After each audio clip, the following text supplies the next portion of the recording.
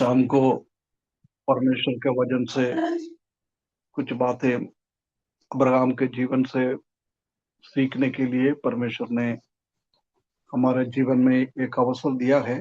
इसलिए परमेश्वर को धन्यवाद देता हूँ। पिछले कई हफ्तों से हम अब्राहम का जीवन का 13वें अध्याय से हम देख रहा था। अब्राहम परमेश्वर से दूर होकर मिस्री में चले गया है। मिस्री से वो वापस आने के टाइम वो बाइक स्लाइडिंग लाइफ के द्वारा, हमने पहले भी ध्यान दिया था कि उनका जीवन में जब वो मिस्री में थे, उनके जीवन में कोई आराधना नहीं था, कोई वेदी नहीं था, परमेश्वर की ओर हे नहीं था। परंतु जब वो कनान में थे, बेतेल की ओर जा रहा था, जब ये सब कुछ उनका जीवन में था, वो प्रभु से दूर होने के कारण कुछ चीजें नष्ट हुआ, वो नहीं, उससे बढ़कर उधर से कुछ चीज लेके आया है ना। इसलिए हमको ध्यान रखना है, यदि हम परमेश्वर से दूर हो जाता है, बाइक स्लाइडिंग हमारा जीवन में आ जाता है, जब परमेश्वर का साथ का संबंध नष्ट होता है, उससे बढ़कर दुनिया से भी कई गलत चीजें एक मसीही का जीवन में, एक विश्वासी के जीवन के होना नहीं चाहिए।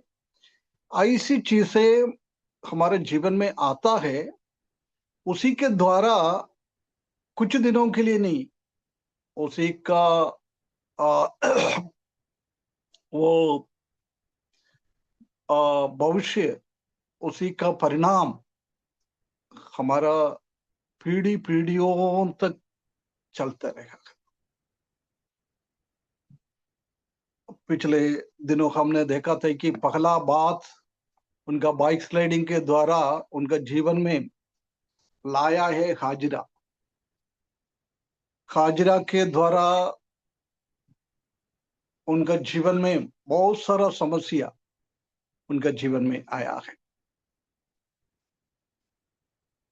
कभी एक विश्वासी के घर पे होना नहीं चाहिए, ऐसी चीज का मूल कारण उनका बाइक स्लाइडिंग के द्वारा हाजिरा उसके जीवन में आया है।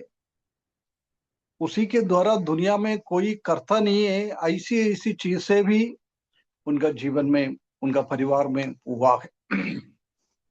परमेश्वर ने बहुत क्लियर कट अब्राहम को वायदा किया था कि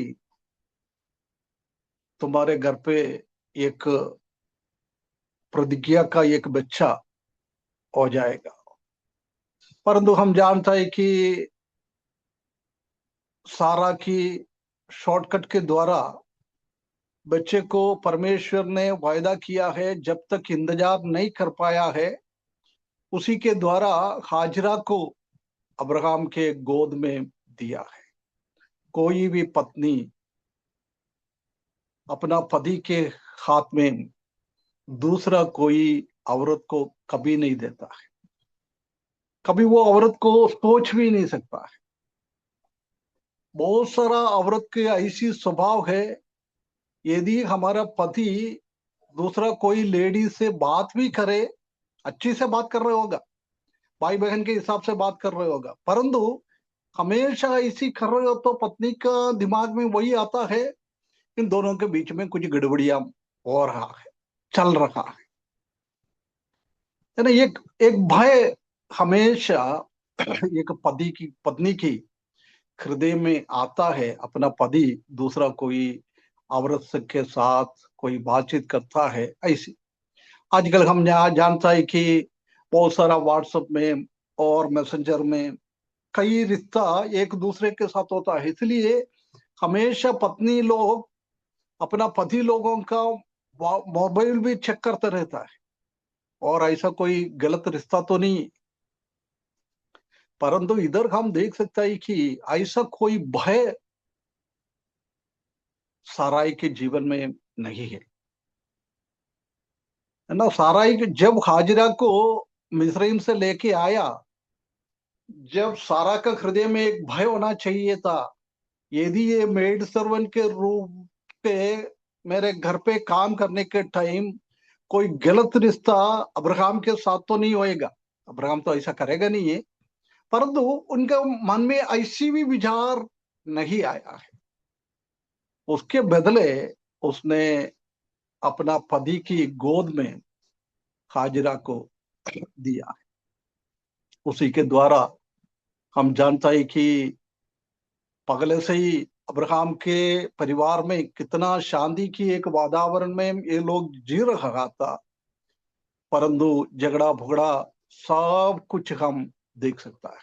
वो गर्भवती होने से पहले झगड़ा भुगड़ा चालू हो गया है।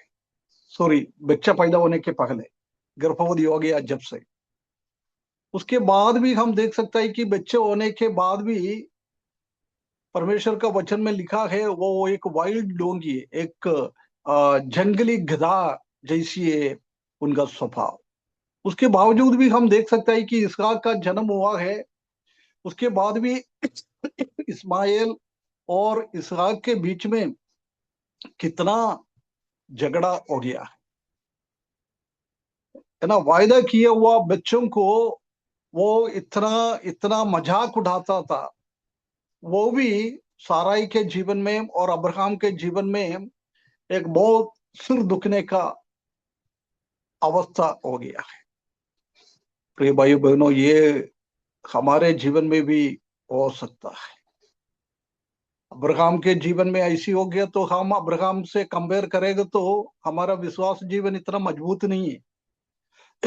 परमेश्वर के साथ अब्राहम का संबंध क्या है, उसी से कंपेयर करेंगे तो हमारा परमेश्वर के साथ का संबंध बिल्कुल जीरो है। इसलिए हमारे जीवन में ऐसी ऐसी गड़बड़ियां होने का बहुत चांस है, बहुत चांस। इसलिए हम परमेश्वर के सन्निधान में भय भक्ति के साथ हमारा जीवन बिताना है। एक भय हमारा पति के जीवन में भी पत्नी के जीवन में भी होना बहुत बहुत जरूरी है। जब ऐसी परमेश्वर का भय हमारे जीवन में है तो बहुत सारा गड़बड़ियों से हम बच सकता है। हम जानते हैं कि आजकल विश्वासी लोगों के घर पे भी कई घर पे ऐसी ऐसी समस्या है। शैतान बहुत सारा ऐसी समस्या मसीही लोगों के जीवन में भी परिवार में भी लेके आता है। कई अच्छा अच्छा मैसेज देने वाला कन्वर्शन प्रीचर, फैमिली कॉन्फ्रेंस में बात करने वाला प्रभु का दास लोग, कई लोगों के बारे में सुना है उनका रिश्ता गलत तरीके से कहीं ना कहीं लोगों के साथ रहता है। नहीं, ये आजकल बहुत बहुत मसीही लोगों के बीच में हम देख सकता है। पहले भी मैंने एक बार बोला था, एक भाई ने बोला है इंदौर में कई कई प्रभु का सेवा करने वाला लोग है, उनके अधिकतर लोगों के पास एक और औरत के साथ उनका संबंध है।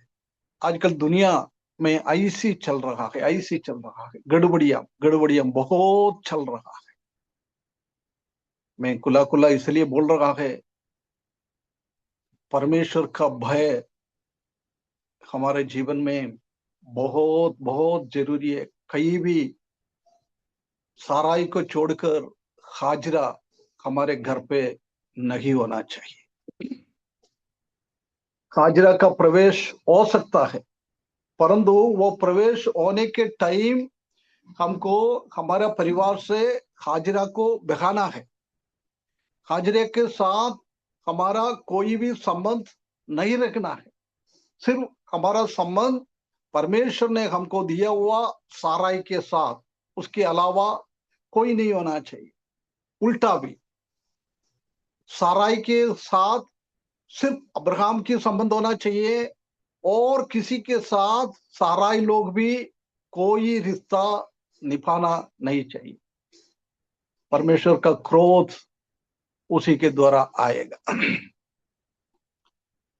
हम जानते हैं कि इस्माइल के द्वारा जन्म हुआ लोग है अरबी लोग।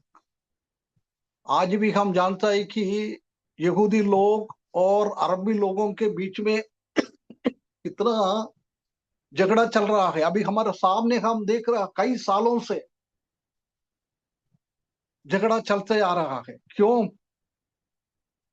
एक व्यक्ति का छोटा सा एक गलती का कारण, अपना पत्नी का गलत विचार को सुनने के कारण आज भी ये बढ़ते जा रहा। प्रभु यीशु मसीह कलीसिया को ले जाएगा, उसके बाद इस दुनिया में झूठा भविष्यद्वक्ता और मसीही विरोधी शासन करने के लिए आएगा। उसी टाइम में भी हम देख सकते हैं कि ये दोनों के बीच का झगड़ा और बढ़ जाएगा। बहुत ही एक्सट्रीम है, सबसे ऊंचे लेवल में। वो साल साल इस्राएली लोग और उनके आसपास का जाति लोगों के साथ का झगड़ा बहुत बहुत खतरनाक रीति से हो जाएगा। क्यों? परमेश्वर की, प्रभु की दास के घर पे हाजरा आ गया है। इसलिए हमको सतर्क रहना है। आज हम दूसरा उनके जीवन में क्या हुआ है वो हम उसका 13वें अध्याय दूसरा पद में हम देख सकता है। उल्पत्ति की किताब 13वें अध्याय उसका दूसरी पद। अब्राहम भेड़ बकरी गाय बैल और सोने और रुपए का बड़ा धनी था। बस बस बस दूसरा है ना। इधर क्या बोल रहा है? अब्राहम भेड़ बकरी गाय बैल और सोने रुपए का बड़ा धनी था। कहां से मिला अब्राहम को ये धनी? मेरे हिसाब से वो काली हाथ मेसोपोटामिया में से निकला है। हारान से भी वो बहुत खाली हाथ निकला हुआ है। हारान में आके कनान में आके ज्यादा दिन भी नहीं हुआ था। एक दो जगहों में उसका यात्रा चल रहा था, शेकेम, मेमरे, उसके बाद बदल की ओर जा रहा था जब ऐसी गड़बड़ियां उनके जीवन में आया है। इसलिए ज्यादा टाइम भी नहीं हुआ है। ये धन दौलत कहां से आया? हम समझ सकता है ये कहां से आया है। परमेश्वर के वचन में सबसे पहले धन दौलत के बारे में ये उल्पत्ति की किताब 13 अध्याय उसका दूसरा पद में लिखा हुआ है। उसी के पहले कभी भी हम ऐसी धन दौलत के बारे में हम परमेश्वर के वचन में हम देख नहीं सकता है ना। योब अब्राहम के पहले जिया हुआ है, परंतु उनका धन दौलत के बारे में उल्पत्ति के कई किताब के बाद उनका धन दौलत के बारे में लिखा है। परंतु परमेश्वर की वचन का उल्पत्ति से लेकर हम पहला अध्याय से लेकर 12वीं अध्याय तक देखेंगे तो धन दौलत के बारे में पहली बार लिखा है। वो भी किसके संबंध में? एक विश्वासी के संबंध। अन्य जाति लोगों के संबंध में तो ठीक ही चलता था, परंतु एक विश्वासी के संबंध में धन दौलत के बारे में हम देख सकता है। प्रभु यीशु मसीह ने भी बोला ना, इस दुनिया का धन दौलत मतलब क्या है? मामोन है। मामोन मतलब शैतान है। हमको जीने के लिए धन दौलत गाय बकरी सब जरूरी है, परंतु बहुत ज्यादा धन दौलत के पीछे हम चलता है वो हम मामून के सेवा के तुल्य है, शैतान का पीछे चलने का तुल्य है ना। इधर एक विश्वासी के घर पे इतना धन दौलत, इतना धन दौलत। प्रिय भाइयों बहनों, हम जानता है कि ईमानदारी से धन दौलत कमाना पहले जमाने में भी बहुत मुश्किल था, आज के जमाने में और ज्यादा मुश्किल है। यदि हम ईमानदारी से धन दौलत कमाएगा तो बहुत मुश्किल है। नौकरी भी करे, बिना कोई गड़बड़ में हमारा सैलरी के साथ हमको जीवन बिताना है, बहुत मुश्किल है। परंतु थोड़ा सा एडजस्टमेंट इधर उधर कर दिया बहुत हम कमा सकता है ना। यदि परचेस में कोई काम करने वाला है, हम माल खरीदता है, उसी का कमीशन खाता है। अकाउंट्स में काम करने वाला है, हिसाब में थोड़ा जीराफेरी इधर उधर करके कमा सकता है। मार्केटिंग में काम करने वाला भी ऐसी है। बहुत सारा रीति से हम अलग अलग तरीके से कमा सकता है। बिजनेस करने वाला भी ऐसी है। हम नॉमिनल प्रॉफिट लेकर बिजनेस करेंगे तो हम इतना जल्दी अमीर नहीं हो सकता है। परमेश्वर वही चाहता है कि हमारा बिजनेस हम करें बिल्कुल नॉमिनल प्रॉफिट में, किसी का भी गला काट कर हमको कमाना नहीं चाहिए। परंतु आजकल विश्वासी लोगों के जीवन में भी हम देख सकता है कि कई लोग नौकरी करने वाला ऐसी गलत तरीके से बहुत आमदनी कमाता है। बिजनेस करने वाला भी ऐसी गलत तरीका से प्रॉफिट लेके बराबर टैक्स ना देते हुए बहुत कमाता है। गवर्नमेंट का पैसा चोरी करके कस्टमर से ज्यादा पैसा लेते हुए हम किस क्वालिटी का चीज देना है, वो क्वालिटी का चीज दिएगा तो बहुत खर्चा हो जाता है, उसी में प्रॉफिट बहुत कम हो जाता है। परंतु यदि हम क्वालिटी में थोड़ा सा एडजस्टमेंट करके वो अच्छा क्वालिटी का सामान भेजेगा तो उसी के द्वारा हमको बहुत पैसा कमा सकता है। परंतु परमेश्वर का वचन में हम देख सकता है कि विश्वासी लोग कभी भी ऐसा नहीं करना चाहिए। रुपया का लोभ बहुत बड़ा एक पाप है। रुपया का लोभ के कारण कई चीजें दुनिया में चल रहा है। हमने 7 कलीसिया का मैसेज पढ़ने के टाइम वो परगमम कलीसिया में वो बिलेयाम का उपदेश हमने देखा था। उसने भी पैसा कमाने के लिए बालाक को गलत बातें बोलकर इस्राएली लोगों को फंसा के चले गया है ना। आज भी बालाम की सेवा बहुत सारा कलीसिया में, बहुत सारा विश्वासी लोगों के बीच में, बहुत सारा सेवक लोगों के घर पे हम देख सकता है। कभी भी एक विश्वासी की जीवन के संबंध में धन दौलत कभी आना नहीं चाहिए। इधर अब्राहम मिस्रईम की ओर जाने के द्वारा उसी को बहुत सारा धन दौलत उधर मिल गया है। विश्वासियों के घर पे धन होना वो गलत नहीं है। ईमानदारी से हम मेहनत करके धन कमा रहा है, उसी में कोई गड़बड़ी नहीं है। परंतु धन कैसे हम इकट्ठा कर रहा है, पैसा कमाने के लिए हम क्या क्या कर रहा है, धन दौलत बढ़ाने के लिए हम क्या कर रहा है, उसी का ही फर्क है।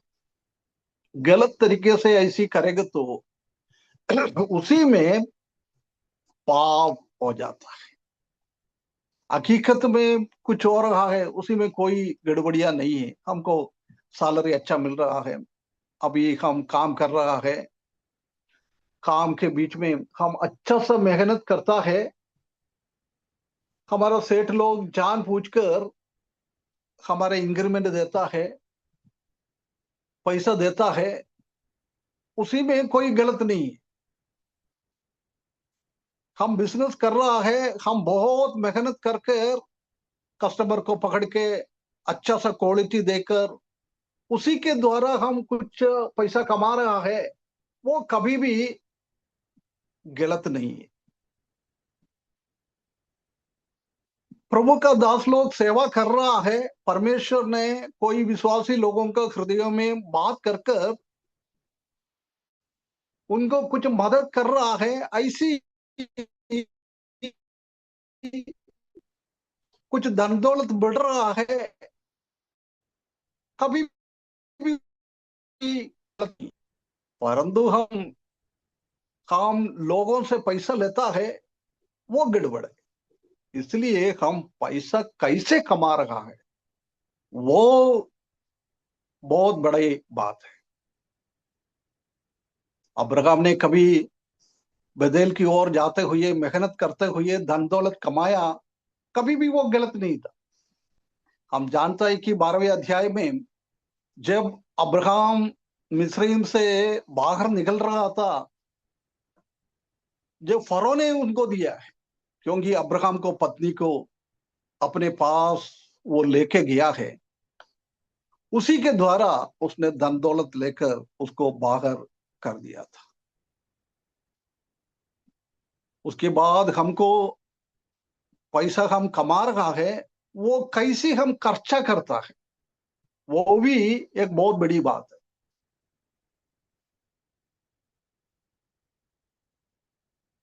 हम हमारा आमदनी से परमेश्वर का महिमा के लिए हम कितना यूज कर रहा है, हमको मिल रहा है सब कुछ, जमीन खरीदने में, मकान बनाने में, गाड़ी लेने में, ऐसी ऐसी हम यूज कर रहे हो, तो वो बिल्कुल गलत बात है ना। इसलिए ये हमारा जीवन में ध्यान रखना है, कैसी हम पैसा कमा रहा है, कैसी हम पैसा खर्चा कर रहा है। ईमानदारी से दोनों कर रहे हो तो उसी में कोई गड़बड़ नहीं है। हम जानते हैं कि जब हम धन दौलत के पीछे चलता है, जब हमारा आत्मिक दर्शन कम हो जाता है। पुराना टाइम में बहुत सारा प्रभु का दास लोगों के पास खाने पीने के लिए पैसा नहीं था, बहुत मुश्किल से उन लोगों ने जीवन बिता दिया है। परंतु वो प्रभु का सेवा में कभी भी कंजूसी नहीं करता था, इतना मेहनत करता था, इतना मेहनत करता था। परंतु आजकल टाइम बदल गया है, परमेश्वर हमको कुछ दे रहा है, नहीं तो गलत तरीके से हम कुछ कर रहा है,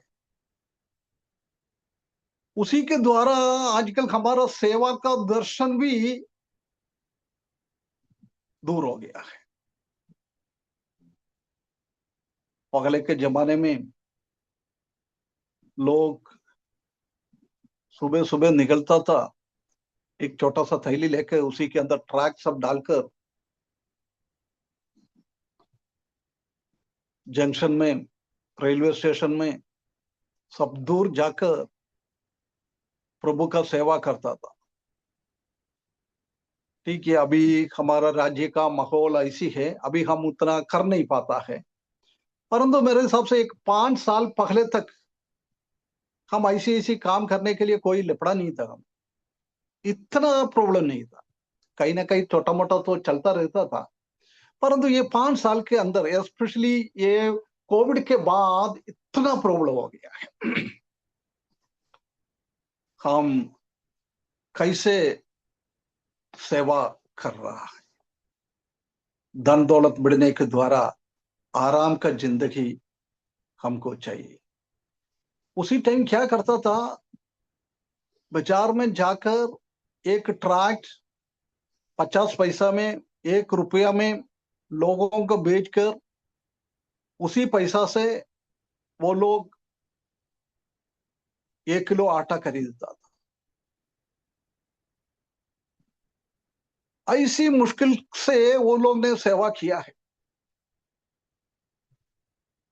इसलिए हम देख सकता है कि भारत देश में कई कलीसिया होना उन लोगों का ऐसी सैक्रिफिशियल सेवा के द्वारा हुआ है। आजकल का सेवा कोई सैक्रिफिशियल नहीं है, कोई सैक्रिफाइस करने के लिए कोई तैयार भी नहीं है। हमारा धन दौलत, हमारा जीवन का स्टाइल, ये सब उससे हमको बहुत अलग कर दिया है।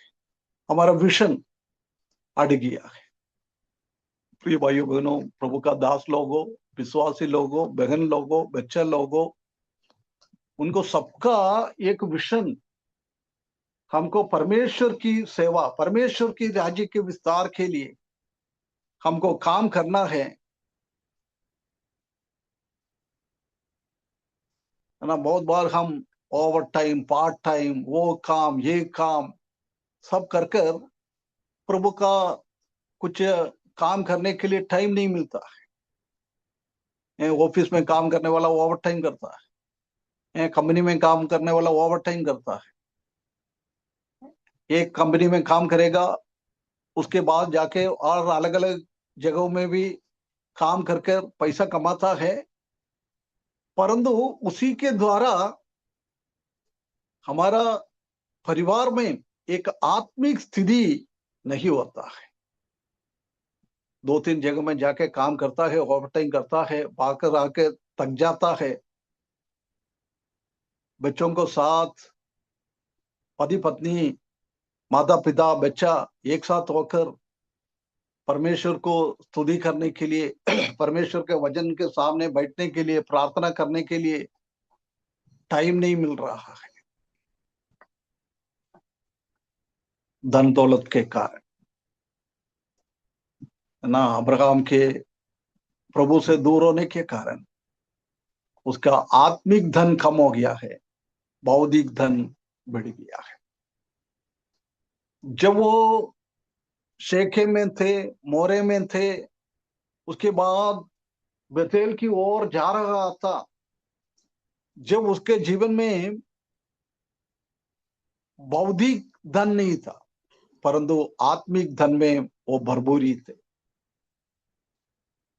प्रिय भाइयों बहनों, हम भी एक बार फर्क कर देखे, हमारे जीवन में आज आत्मिक धन की कमी है क्या, बौद्धिक धन की कमी है क्या?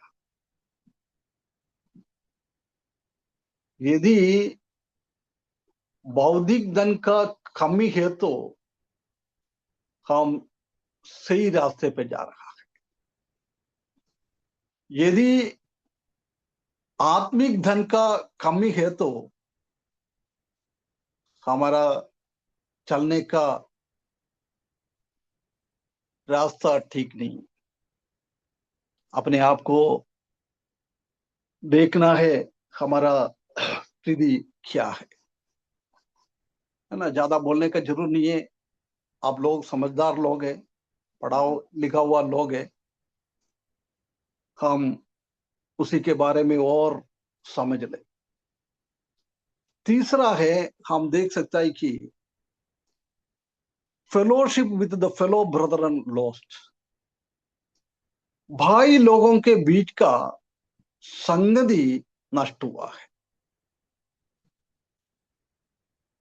पढ़ लिए ब्रदर कुलपति की 13 का 6, 8 और 9। इसलिए उस देश में उन दोनों के लिए पर्याप्त स्थान न था कि वे इकट्ठे रहें, क्योंकि उनके पास बहुत धन था, इसलिए वे इकट्ठे न रह सके। तब अब्राहम लूत से कहने लगा, मेरे और तेरे बीच और मेरे और तेरे चरवाहों के बीच में झगड़ा न होने पाए, इसलिए हम लोग भाई बंधु हैं, क्या सारा देश के सामने नहीं? इसलिए मुझसे अलग हो जा। यदि तू बुराई ओर जाए तो मैं दाहिनी दाहिनी ओर जाऊंगा, और यदि तू दाहिनी ओर जाए तो मैं बाईं ओर जाऊंगा। है ना। इधर हम देख सकते हैं कि जब से लूत का पिताजी शांत हो गया है, अब्राहम का भाई शांत हो गया है, जब से लूत अब्राहम के साथ है, अभी तक कोई झगड़ा वगड़ा कुछ भी नहीं हुआ है। दोनों एक ही तंबू में एक साथ जिया है। अब्राहम ने वेदी बनाया है, आराधना कर रहा था, जब लूत भी उसके साथी था। कोई अलग अलग नहीं हुआ है। जब से वो मेसोपोटामिया से निकल गया है, ये मिस्र तक आया है, जब तक दोनों एक साथ था। परंतु उधर बहुत क्लियरली लिखा हुआ है, मिस्रईम से आने के बाद अब्राहम के पास भी धन दौलत बहुत है, गाय बकरी सब बहुत है। लूत के पास भी गाय बकरी सब बहुत है। दोनों का गाय बकरियों को चराने के लिए अब्राहम की दास, लूत का भी सेवक लोग एक साथ निकला है। कई साल हो सकता है एक साथ काम किया है, परंतु और धन दौलत बढ़ने के द्वारा पहले उन दोनों का सेवक लोगों के बीच में झगड़ा हो गया। उसके बाद अब्राहम बोल रहा है, अरे बेटा, अभी देख ऐसी ऐसी हालत है, इसलिए हम दोनों अलग अलग हो जाएंगे। अभी तक उनका संगति कितना अच्छा था, उन दोनों का फेलोशिप कितना अच्छा था। एक साथ आराधना करना, एक साथ खाना खाना, एक साथ सब कुछ एक साथ ही करने का था।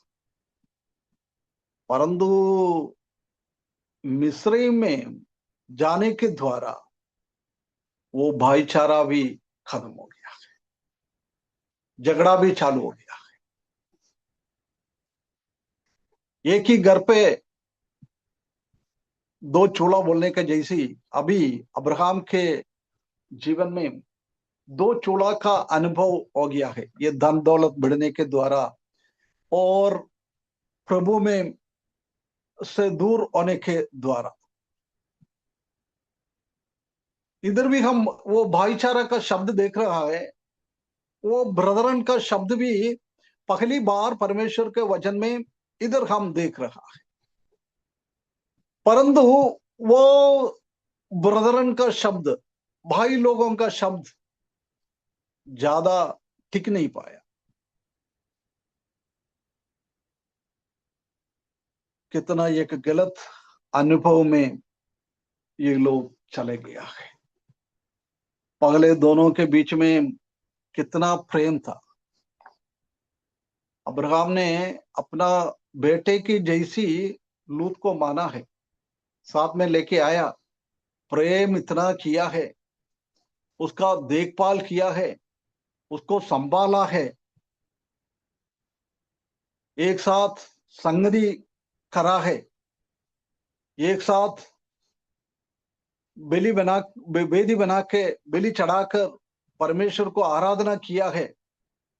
परंतु वो सब नष्ट हो गया है मिस्रईम से वापस आने के द्वारा, धन दौलत बढ़ने के द्वारा ऐसी एक अवस्था में आ गया है। प्रिय भाई बहनों, आज हमारे बीच में भी ये स्थिति है ना। हमारा आत्मिक भाई लोगों के बीच में भी और बौद्धिक भाई लोगों के बीच में भी यही हालत बहुत आजकल देखने में मिलता है, बहुत देखने में मिलता है। नवोदिकीय का कलीसिया का जैसी कोई घटी नहीं है, कोई कमी नहीं है, कुछ भी नहीं है, सब कुछ है सबके पास।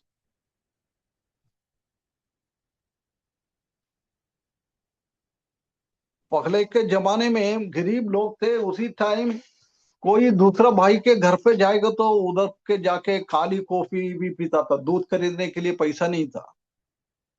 वो कभी कभी शक्कर भी नहीं होता था।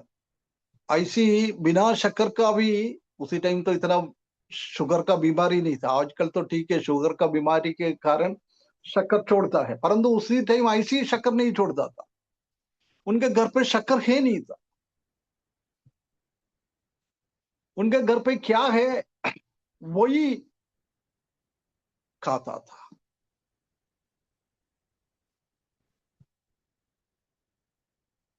कोई मना नहीं करता था, जाते रहता था, एक दूसरे से मिलते रहता था, प्रार्थना करता था। ऐसी एक भाईचारा था जब विश्वासी लोग गरीब थे। परंतु आजकल विश्वासी लोग अमीर होने के कारण कोई संगति नहीं, किसी के घर पे जाता भी नहीं।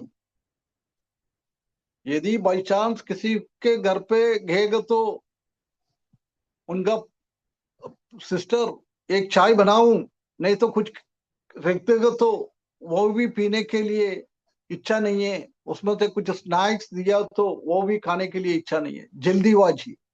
नहीं नहीं सिस्टर, मेरे को जल्दी जाना है, अभी चाय नहीं चाहिए। आजकल ऐसी एक स्थिति कलीसिया में हुआ है,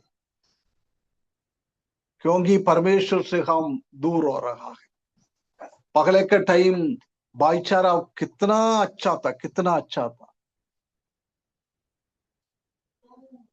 काम प्रभु से दूर होने के कारण ऐसी ऐसी भाईचारा, ब्रदरन का लव खत्म हो गया है। जब हमारा ब्रदरन कलीसिया चालू हो गया था, लोग भाई लोगों के बीच का प्रेम देखकर दूसरा लोगों ने ये नाम डाला था ब्रदरन, क्योंकि एक दूसरे के साथ का संबंध इतना अच्छा था, इतना अच्छा था।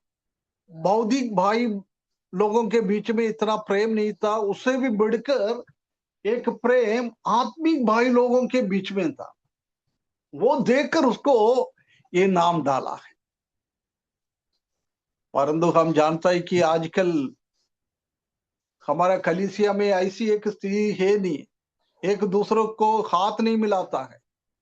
आराधना के बाद तुरंत भग जाता है। पगला के टाइम में आराधना के बाद कई कई टाइम और बाहर रुककर बात करता था, एक दूसरे से हालचाल पूछता था। परंतु आजकल वो स्थिति में भी हम देख सकता है कि बहुत बहुत एक अलगापन हो गया है। धन दौलत बढ़ने के पहले दोनों एक साथ एक ही वेदी के सामने आराधना कर रहा, परंतु अभी दोनों अलग अलग होने के द्वारा हम देख सकता है ये दोनों एक साथ आराधना करने का अनुभव भी खत्म हो गया है।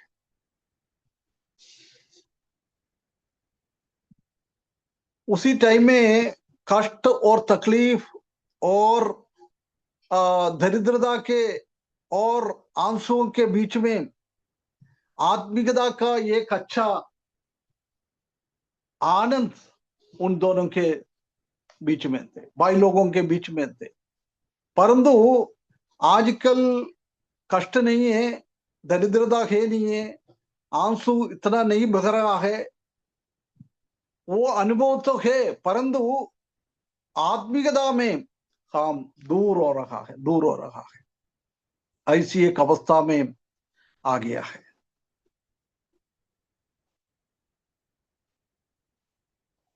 हम हमारे पूर्व पिता लोगों ने प्रभु की सेवा अच्छा से करने के द्वारा परमेश्वर ने उनका पीढ़ियों को इतना मदद किया है, उतना आशीष किया हुआ है, स्पेशली केरला में। उन लोगों का दरिद्रता के साथ भाईचारा में, प्रभु का सेवा में आगे बढ़ने के द्वारा उनका अगला पीढ़ी को परमेश्वर ने धन दौलत से हर एक चीजों में उसको आगे बढ़ा दिया है। परंतु उसी के द्वारा भाईचारा आजकल कम हो गया है। हम हमारे जीवन के बारे में भी एक बार देखे हमारा स्थिति कैसा है। हमारा बौद्धिक भाई लोगों के साथ और हमारा आत्मिक भाई लोगों के साथ क्या संबंध है। आजकल हम जानता है कि कई एक ही असेंबली हॉल में 2 आराधना चलता है, कई कई जगहों में ग्रुपिज्म।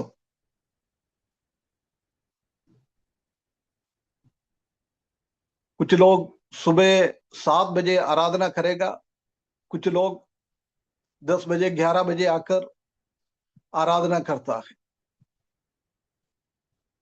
ऐसी एक स्थिति में हम आ गया है। प्रकाशित वाक्य 3 अध्याय उसका 17वां पद पढ़ना ब्रदर। प्रकाशित वाक्य 3 अध्याय उसका 17वें पद। और तू तू जो जो कहता है कहता कि है मैं धनी और धनवान हो गया हूँ और मुझे किसी वस्तु की घटी नहीं, और यह नहीं जानता कि तू अभागा और तुच्छ और कंगाल और अंधा और नंगा है। है ना, आज ये स्थिति में बदल गया है। अभी हमने लवोदिकिया का कलीसिया का सीखा नहीं है। हम हमारे तरफ से, हमारे बौद्धिक आंखों से हम देख रहे हो तो हम धनी है, धनी होते जा रहा है। कोई कमी नहीं है, कोई घटी नहीं है, सब कुछ हमारे आंखों के सामने। परंतु प्रभु स्वर्ग से देखता है, परमेश्वर स्वर्ग से वही ग्रुप को हमने किस नजरिया से हमके अपने आप को देखकर इतना ऊंचा हम समझ रहा है, परंतु परमेश्वर उसको देखेगा तो अभंग है, नंगा है, अंधा है, कुछ है नहीं है। ऐसी एक स्थिति है। परंतु हम स्मुरना का कलीसिया को हमने देखा था। स्मुरना का कलीसिया इस दुनियादारी के हिसाब से दरिद्र थे, परंतु जब परमेश्वर बोल रहा है, प्रभु यीशु मसीह को उसके बोल रहा है तुम बहुत धनी हो, बहुत धनी हो ना। वही मैंने पहले बोला है, हम आत्मिक दीदी से संबंध है तो हम इस दुनियादारी के जीवन में दरिद्रता है, नहीं तो दुनियादारी में हम दरिद्र लोग हैं तो हम आत्मिक रीति में संपन्न हो जाता है। वो स्मुरना का कलीसिया है। परंतु लवोदिकिया का कलीसिया में बौद्धिक रीति से बहुत संपन्न है, परंतु परमेश्वर आत्मिक रीति से उसको देखता है जब वो क्या क्या बोल रहा है। इतना नीच एक स्थिति में परमेश्वर कलीसिया को देख रहा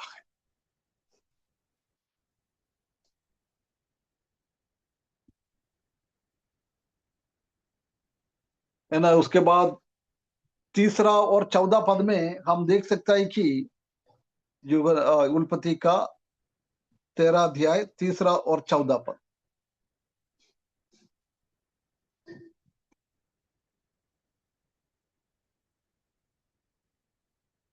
और फिर वह दक्षिण देश से चलकर बेतेल के पास उसी स्थान को पहुंचा जहां उसका तंबू पहले पड़ा था, जो बेतेल और ए के बीच में है।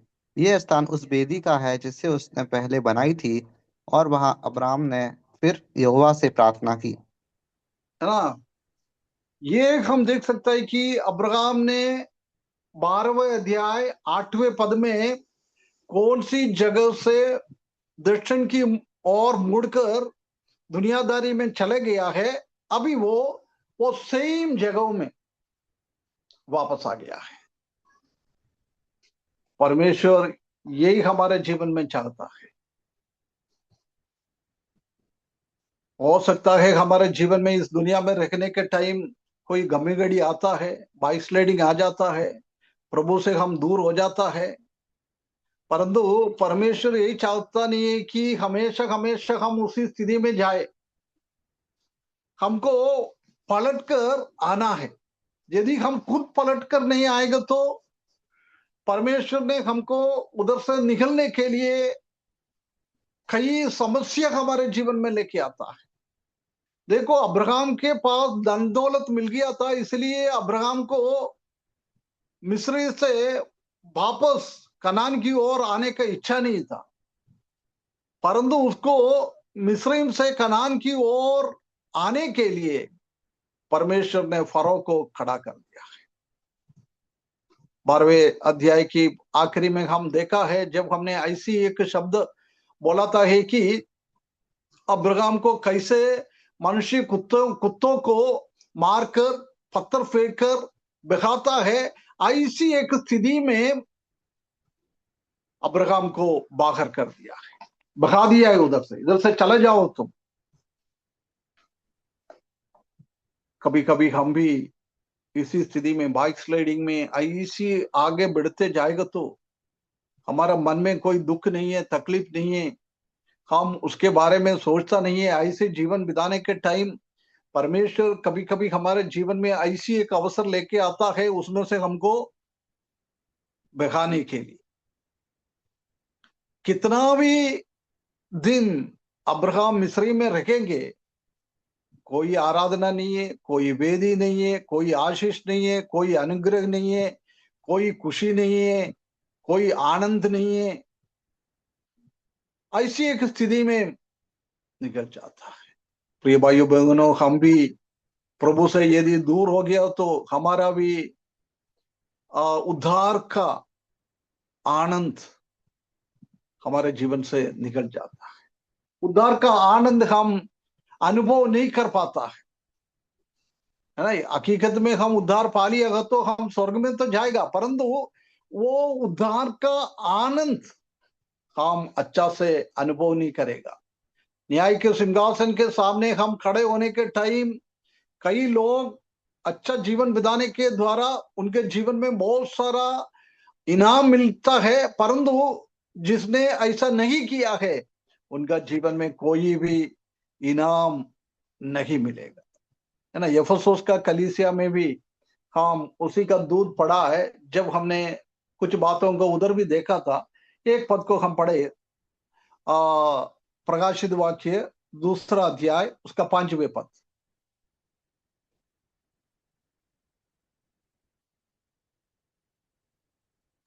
फिर सोचित कर कि तू कहाँ से गिरा है और मन फिरा और पहले के समान काम कर, और यदि तू मन ना फिराएगा तो मैं तेरे पास आकर तेरी दीवट को उस स्थान से हटा दूंगा, है ना। ये अनुभव 14 पद में हम देख सकते हैं कि उसका गलतियां, प्रभु की ओर उनका पहला प्रेम चले गया था। प्रभु बोल रहा है तुमको यदि वो पहला प्रेम में आना है तो तुम पहले कहां था उधर तुमको आना है। जब तक तुम पहला जगह में कहां से तुमने गिरा है, कहां से तुमने मिस्रईम की ओर चले गया है, कहां से तुम्हारा पहला प्रेम नष्ट होना चालू हुआ है, उसी जगह में हमको वापस आना है। जब हम वापस वो आनंद में प्रभु के साथ का हमारा संगति, हमारा भाई लोगों के साथ का संगति हम अनुभव कर सकता है। यदि हम वापस नहीं आया है, कहां से गिरा है उसके बारे में हमारा दिमाग में नहीं आता है, हमको कभी कभी ऐसा मालूम ही नहीं पड़ता है मैं आत्मिक रीति से गिरा हुआ हूं। लवोदिकिया का कलीसिया आत्मिक रीति से बहुत गिरा हुआ था, उसके बावजूद भी बोल रहा है हम धनी है, हम वही है, हम यही है, हमारे पास सब कुछ है, कुछ भी कमी नहीं है, घटी नहीं है, कुछ भी नहीं है। ऐसी एक नजरिया था उनका, गिरने के बाद भी। आजकल हमारे भी जीवन में ऐसी है, बहुत बार हमको समझ में नहीं आता है कि हम प्रभु से दूर हो गए क्या, नहीं हुआ है क्या। पहला प्रेम से हम अड़ गए क्या, नहीं अड़ गए क्या, बहुत बार हम समझ नहीं पाता है। रोज का जैसे संडे को जाता है, आराधना करता है, गाना गाता है, रोटी तोड़ता है, वापस आ जाता है। कभी हम हमारा आत्मिक स्टैंडर्ड कहाँ है उसके बारे में हम सोचता नहीं है। परंतु इधर बोल रहा है तुम कहां से गिरा है, उधर वापस आ जाओ। इधर भी 13 अध्याय उसका 3 और 14वें पद पढ़ने के टाइम अब्राहम के जीवन में 12 अध्याय 8वें पद में कौन सी एक अच्छा जगह था, बदेल की ओर, परमेश्वर की भवन की ओर वो देख के चल रहा था, उसी जगह में वो वापस आ गया है। फिर वो दक्षिण देश से चलकर बेदेल के पास उसी स्थान को पहुंच गया, बेदेल के पास पहुंच गया। जब भी गया था, जब भी बेदेल के पास से ही वो चले गया है, जहां उसका तंबू पहले पड़ा था, जो बेथेल और खाई के बीच में है। बेथेल और खाई के बीच में 8वें पद में, 12 अध्याय का 8वें पद में भी वही शब्द हम देख सकता है, बेथेल और खाई की। खाई दुनियादारी को दिखाता है, बेथेल परमेश्वर का स्वर्ग को दिखाता है। वो दुनियादारी के तरफ से निकलकर स्वर्ग की ओर यात्रा कर रहा है। परमेश्वर यही चाहता है कि हम खाई की ओर ना जाए, मिस्री की ओर ना जाए, हम हमेशा हम बेथेल की ओर, स्वर्ग की ओर हमारा नजरिया उठाकर हम आगे बढ़ते जाना, आगे बढ़ते जाना। 14 पद में बहुत क्लियरली लिखा है, ये स्थान उस वेदी का है जिसे उसके पहले बनाई थी, और वहां अब्राहम ने फिर यहोवा से प्रार्थना की। जब वो बेथेल की पास में से मिस्री की ओर चले गया है, उनके जीवन में कहीं भी हम भेद ही नहीं सकता है, भेद ही देख नहीं सकता है, कोई प्रार्थना, कोई आराधना नहीं देख सकता है। परंतु जब वो कहां से गिर गया था, उसी जगह में आया, फिर से परमेश्वर के साथ उसका संबंध हुआ है, प्रार्थना चालू किया है, आराधना चालू किया है। प्रिय भाइयों बहनों, हम अपने आप के बारे में एक बार हम फर्क कर देखें। जब हमने उद्धार पाया था, उसी टाइम की जैसी है क्या हमारा आत्मिक जीवन? हम दुनियादारी में फंसा हुआ तो नहीं है, आत्मिक जीवन से हम घिरा हुआ तो है नहीं। एक बार हम फर्क कर देखे, ऐसी एक अवस्था हमारे जीवन में है तो हमको क्या है, वापस आना बहुत जरूरी है, वापस आना बहुत जरूरी है। हम वो उठाव पुत्र के बारे में हम देख सकता है, जब वो अपने पिताजी के घर पे वापस आया, जब वो पहले का आनंद उसका जीवन में मिलने लग गया है।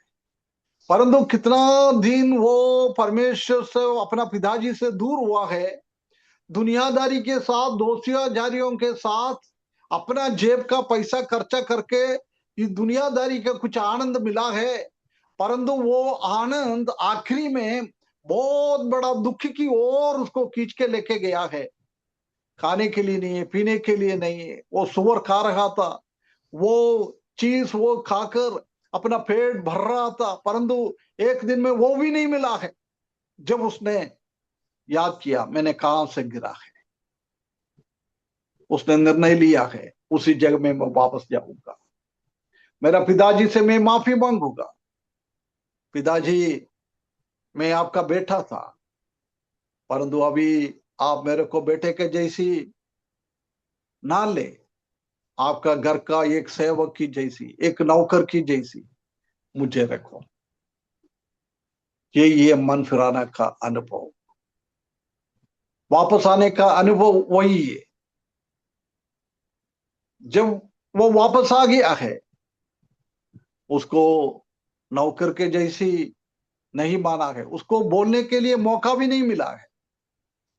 उसने ये सोच के गया है मैं ऐसी ऐसी मेरा पिताजी से बात करूं, परंतु पिताजी का प्रेम इतना था, वो ये बेटे ने क्या किया है उसके बारे में एक शब्द भी नहीं बोल रहा है।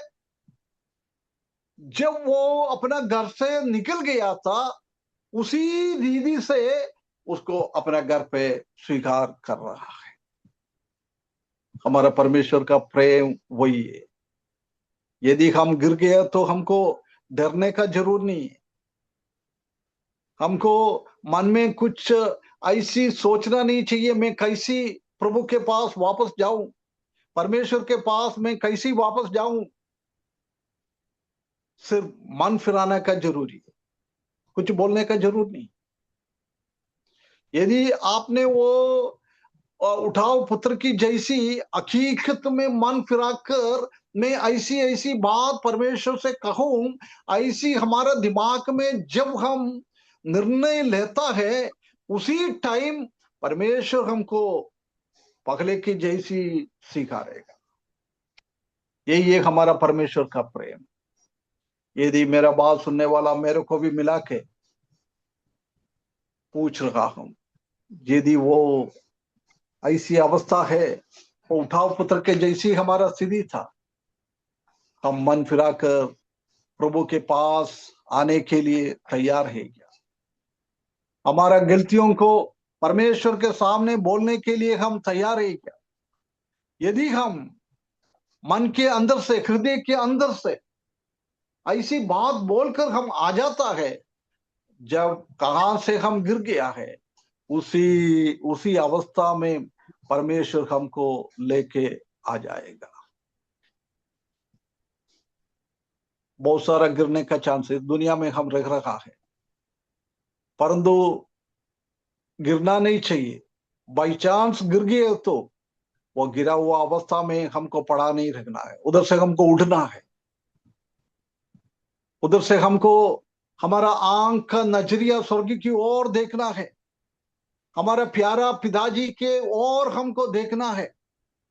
जब हम ऐसी देखेंगे तो हम कहां से गिरा है, उसी अवस्था में हम आ जाएंगे।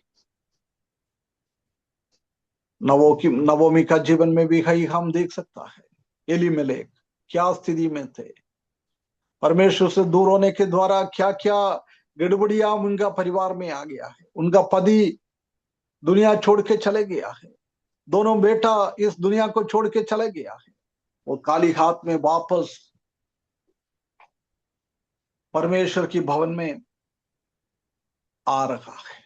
बेतलहम में परमेश्वर की रोटी कहाँ मिलता है, उसी जगह में वो वापस आ गया है। जैसे वो पैदल पैदल